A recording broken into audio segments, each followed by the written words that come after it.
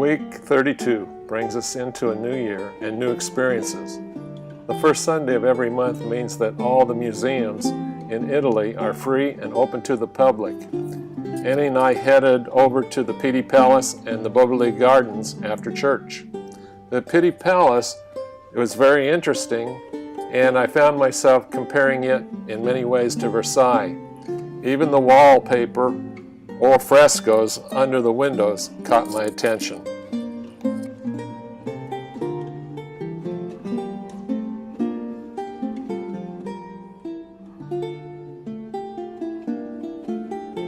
Almost every surface of this building either had art hanging from it or was covered in frescoes and sculptures, from the ceiling to the floor.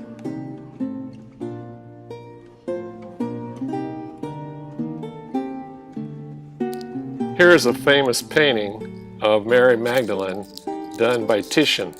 The palace also had a floor of what they alluded to as modern art, showing Italian painters from the 19th and 20th century.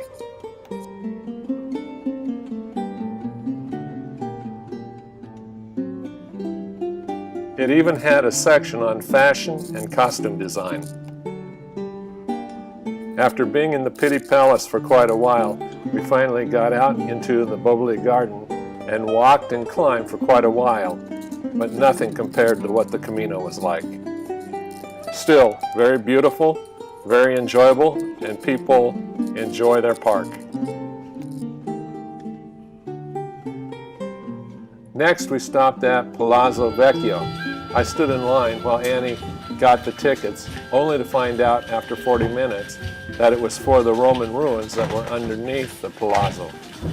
We took a look at where the city had started, and then we headed upstairs.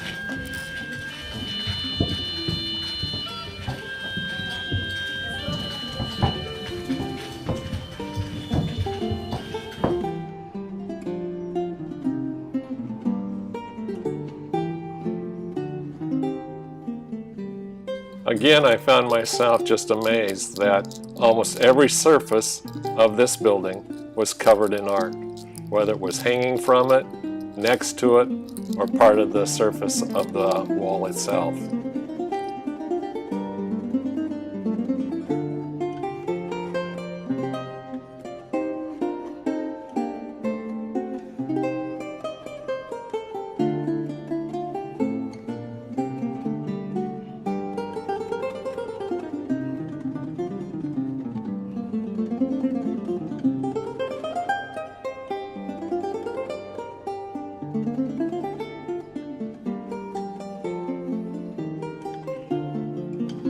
Over the years of teaching art at Regis Jesuit, I've had my students do many murals for the school, starting back in 1978 in the Pink Palace and continuing to our current building. But this room is a wall-to-wall masterpiece. I find that almost every surface of the Palazzo Vecchio is a painting of its own.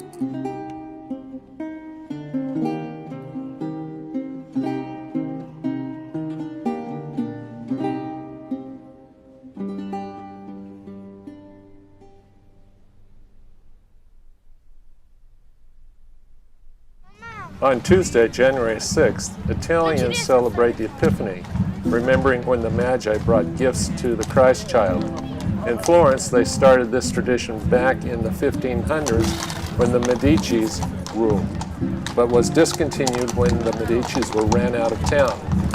Florentines restarted this tradition in 1997, and it seems that everyone has bought into this pageantry. Here's a small glimpse of an almost hour-long procession.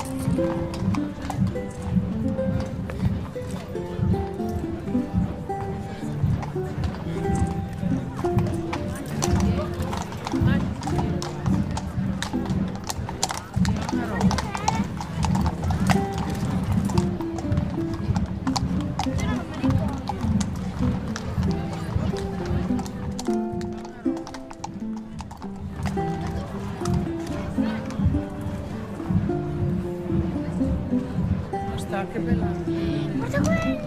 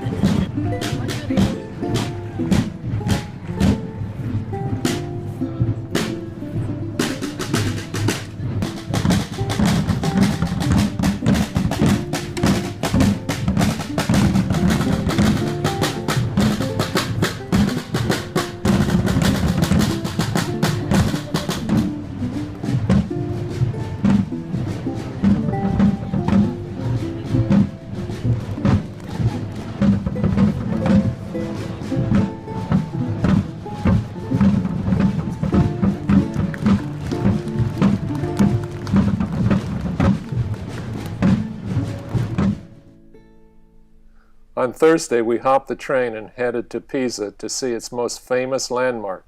That's right, Pisa's Field of Miracles. But you might have been thinking of the Leaning Tower of Pisa, which is a part of the Field of Miracles. We saw the Camposano Cemetery, the cathedral with Giovanni's pulpit that has over 300 figures carved into it.